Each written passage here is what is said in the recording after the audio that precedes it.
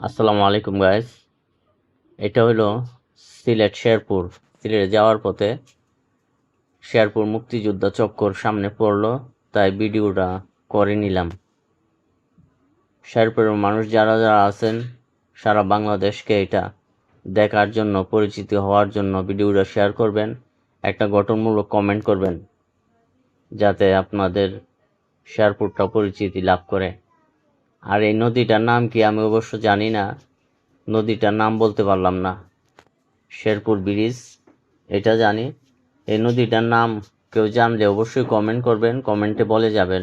আর নতুন যারা আছো তারা ফলো দিয়ে একটা গঠনমূলক কমেন্ট করে যাবে, যাতে আমি তোমার বাড়িতে গিয়ে তোমাকে সাপোর্ট দিতে পারি।